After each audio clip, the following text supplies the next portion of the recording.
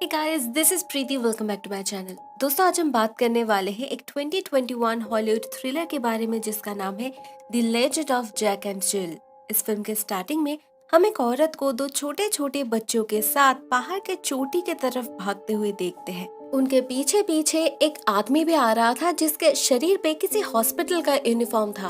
हमें पता चलता है इस औरत का नाम है केट और ये दो बच्चे उसी के हैं, जैक एंड जिल। कुछ देर भागने के बाद वो अपने बच्चों को आगे जाने के लिए कहकर खुद रुक जाती है। आगे का रास्ता उन्हें अकेले ही तय करना होगा, वो उनके साथ नहीं जा पाएगी। उन्हें इस आदमी को जो रोकना है।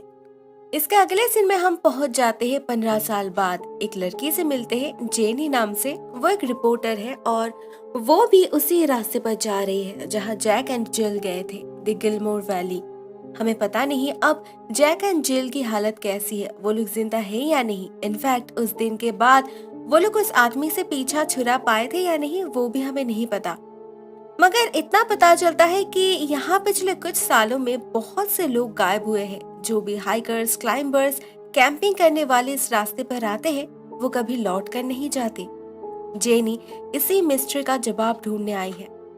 सबको लगता है ये बिग फुट या फिर किसी जंगली जानवर का काम है, मगर इतने दूर तक चलने के बाद भी जेनी को ना कोई जानवर दिखा ना उनके फुटप्रिंट्स। मगर हाँ, उसे रियलाइज हो चुका था कि ऐसे जगह में गुम हो जाना बहुत आसान है। मैप फॉलो करने के बाद भी कोई भी इजीली भटक सकता है। हर तरफ सेम सेम जो दिखता है।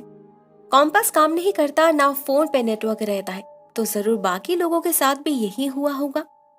जेनी जंगल के रास्ते चोटी की तरफ बढ़ने लगती है। उसे कुछ पुराने सामान मिलते हैं, एक बाल्टी, एक डॉल। ये वही सामान थे जिन्हें हमने जैक एंड जिल के पास देखा था। अचानक जेनी को कुछ आवाजें सुनाई देती है जंगल के अंदर से। कोई गुजर जाता है उसके सामने से। इस बार उसे सच में डर लगने लगता है। वो जंगल से निकलने की कोशिश करती है, मगर तभी पीछे से कोई उसे स्टैब कर देता है। उसके मुंह से खून निकलने लगा था और वो जमीन पर गिर जाती है। अपने सामने उसे दो बहुत ही क्रीपी फिगर्स नजर आते हैं, एक लड़का और एक लड़की। पता नहीं ये इंसान है या फिर कुछ और। दिखने में तो भयानक है ही, उनका बर्ताव भी किसी खूंखार जानवर की तरह है। इस लड़के ने ही जेनी को स्टैब किया है और अभी यह लड़की उस पर कुल्हाड़ी से वार करके उसे मार डालती है, बहुत ही बेरहमी से। नेक्स्ट सीन में हम मिलते ही ईडन से, जो काफी सैड दिखाई दे रही थी। असल में रिसेंटली उसके बॉयफ्रेंड लूकस की मौत हुई है और ईडन उस शौक से बाहर नहीं आ पा रही। गम में डिप्रेशन का शिकार बन चुकी है वो। उसके खुद के अंदर भी सुसाइडल टेंडेंसीज आ गई है। उसने खुद भी कई बार सुसाइड करने की कोशिश कर चुकी है, कभी अपना रिस्ट काट कर तो कभी स्लीपिंग पिल्स का ओवरडोज लेकर, मगर हर बार वो बच गई और इससे ईडन जैसे और ज्यादा फ्रस्ट्रेटेड हो चुकी है। ऐसे में उसके दोस्तों ने डिसाइड किया कि वो लोग सभी मिलकर सिल्वरटन वैली घूमने जाएंगे, इससे ईडन का मूड ठीक रहेगा। एज प्लान्ड नेक्स्ट मॉर्निंग उसकी बेस्ट फ्रेंड टैम आई उसे पिकअप करने और दोनों मिलकर निकल पड़े होटल की तरफ। बाकी फ्रेंड्स वहीं पर उनके लिए वेट कर रहे हैं। इस ग्रुप में है लूलू, डैनी और ग्रेग।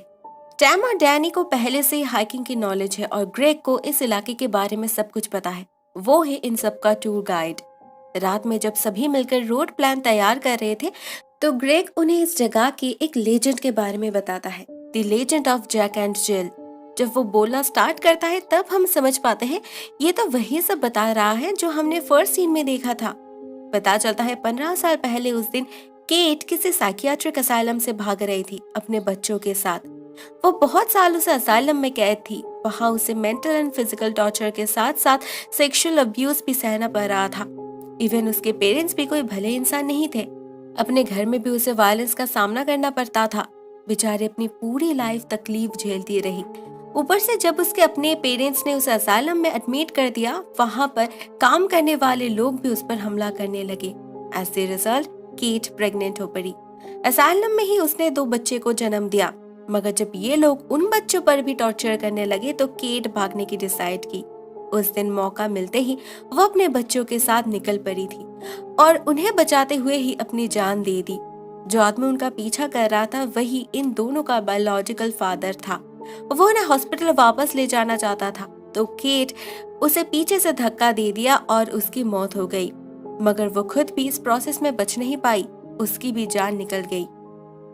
लोग कहते हैं उसके दोनों बच्चे जैक एंड जिल अभी भी जिंदा हैं। इन्हीं वादियों में भटकते रहते हैं और लोगों का शिकार करते हैं। ग्रेग ने ये जो कहानी सुनाई वो उसने लोकल लोगों से सुनी है, मगर उसे ये नहीं पता कि ये कहानी 100% सच है। वो दोनों क्रीपी फिगर्स ही जैक एंड जिल है। उनका बचपन असाइलम में गुजरा था और उसके बाद इस पहाड़ियों में। इसका असर उनके दिमाग पर पड़ा, जिस वजह से वो लोग ऐसे बन गए। जंगली जानवर की तरह रहते रहते वो ही बन गए हैं ये लोग। मगर इस सब के बारे में इस ग्रुप को कुछ नहीं पता। उन्हें तो ये सब मजाक लग रहा था। तो जब सच्चाई से उनका सामना होगा तो पता नहीं क्या होगा। नेक्स्ट मॉर्निंग ईडन को कुछ मिसिंग पोस्टर्स दिखते हैं। इवन इस होटल के रजिस्टर पे हमें जेनी फ्लेमिंग की एंट्री भी मिलती है, मतलब वो सच में ही यहाँ आई थी। ईडन को तो डर लगने लगा था, कहीं ये जैक एंड जिल वाला लेजेंड सच तो नहीं। वो एक बार टैम से कहती भी है, मगर वो अपने वजह से पूरे ग्रुप का मजाक खराब करना नहीं चाहती थी। वो अपना मुंह बंद रखना ही सही समझती है। लेकिन उस दिन जब टैम और लूलू बाहर बैठे थे तो उनसे दो लड़की मिलने आती है। वो लोग अपने बहन को ढूंढ रहे थे, जेनी फ्लेमिंग को। हम समझ पाते ये वही रिपोर्टर है जिसे जैक एंड जिल के हाथ मरना पड़ा था। किसी को पता तक नहीं चला।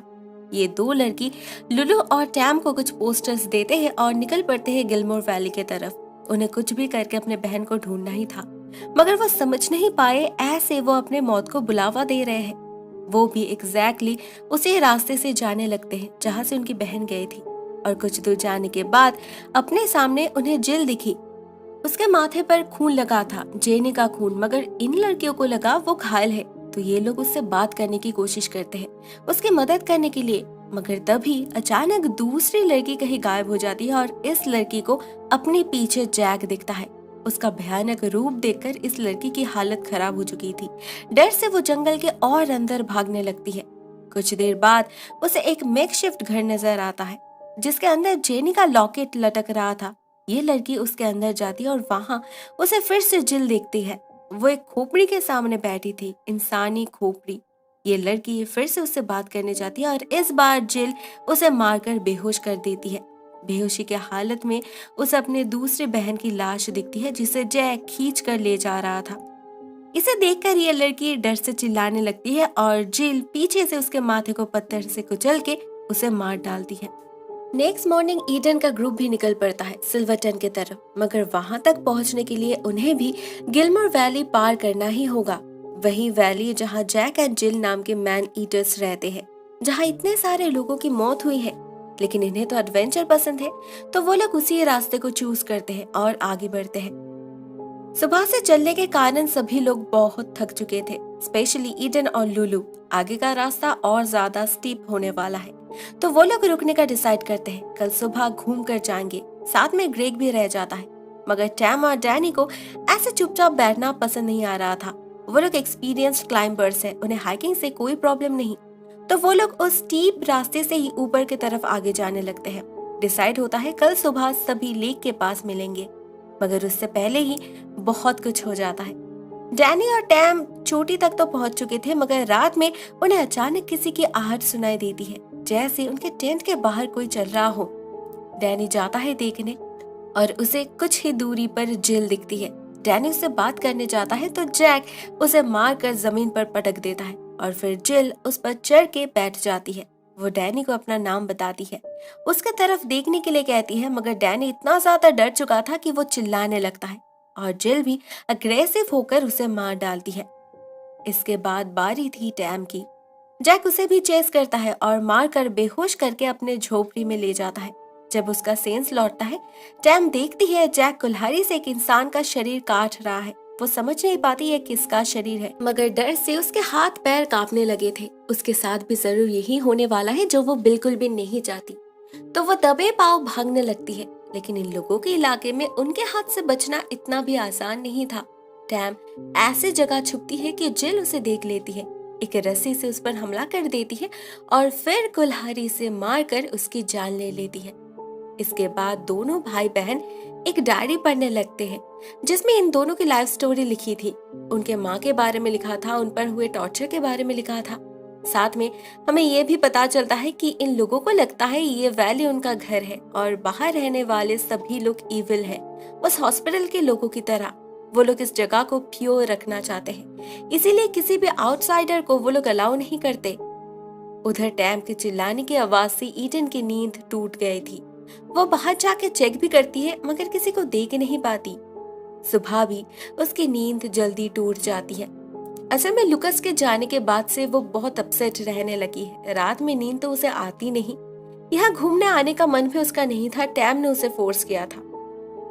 सुबह हो चुकी थी तो वो लोग लेक की तरफ जाने लगते हैं। उन्हें लगा टैम और डैनी ऑलरेडी पहुंच चुके होंगे, मगर बहुत देर तक वेट करने के बाद भी जब डैनी और टैम नहीं आए तो इन लोगों को टेंशन होने लगा। वो लोग उन्हें ढूंढने निकल पड़े। कुछ दूर जाने के बाद उन्हें डैनी का टेंट और बाकी सामान मिल गए, लेकिन अंदर कोई नहीं था। उधर हम जैक एंड जिल को देखते हैं अपने माँ की खोपड़ी का पूजा करते हुए। उनकी दिमागी हालत ठीक नहीं थी, फिर भी अपने तरीके से वो लोग जस्टिस ढूंढ रहे थे। उन्हें लगता है सारे के सारे इंसान उनके पिता जैसे ही गंदे, इविल। उन्हें ये भी पता है उनके शरीर में भी वही खून बह रहा है, शायद इसीलिए उन्हें अपने आप से नफरत है।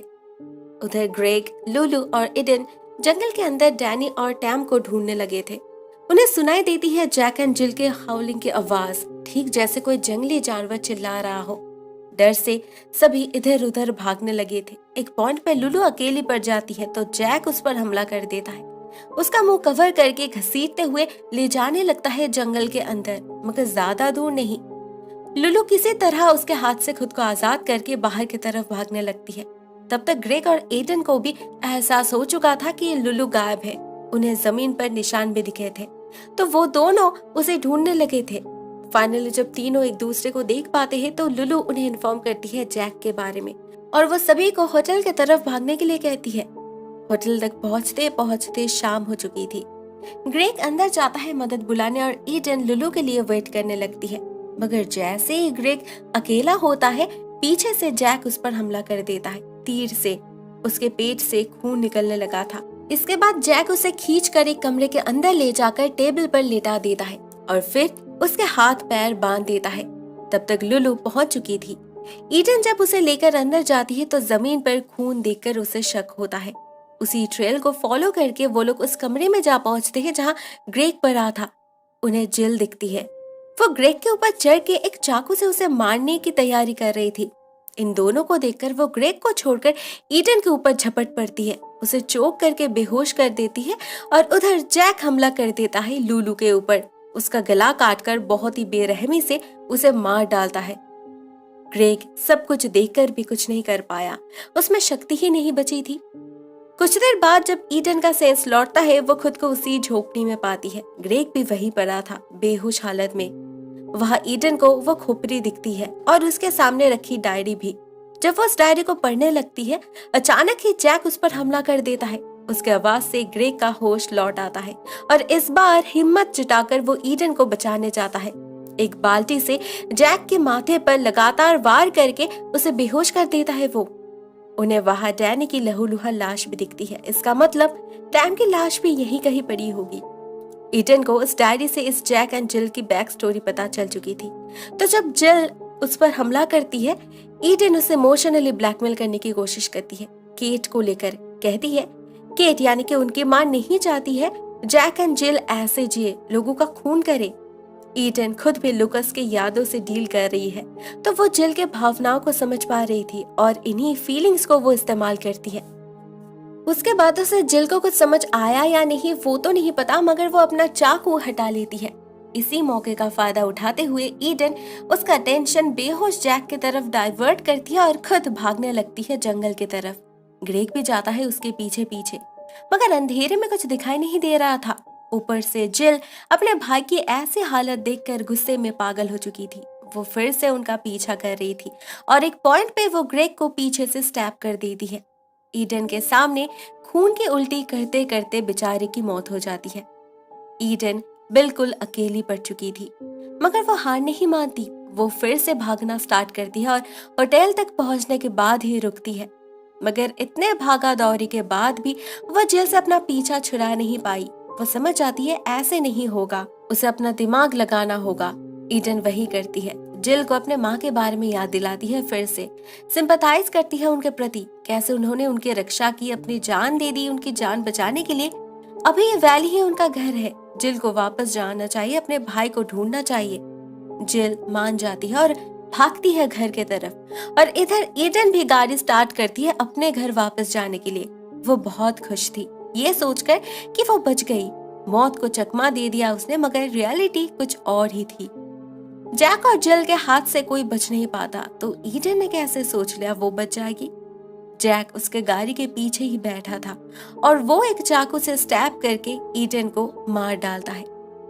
फिलहाल उनका काम पूरा हो चुका था, तो वो लोग लौट जाते हैं अपने घर, मगर उनके चेहरे पे जो हंसी थी वो बदला पूरा होने की थी। अपने आप से जो वादा किया था उन दोनों ने, इस वैली को प्रोटेक्ट करेंगे, किसी बाहर वाले को घुसने नहीं देंगे, उसे जो पूरा कर पाए थे।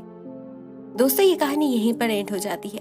एक बहुत ही सिंपल सी स्टोरी है, वन टाइम वॉच के लिए परफेक्ट है। एक्चुअली इसकी एक्सप्लेनेशन ही काफी है, पूरी फिल्म देखकर वक्त जाया करने की कोई जरूरत ही नहीं। आपको ये वीडियो कैसी लगी, write down in the comment section. आज के लिए बस इतना ही दोस्तों, thank you so much for watching this video. बहुत जल्द मिलते हैं किसी और नए वीडियो के साथ, तब तक के लिए टेक केयर, टाटा।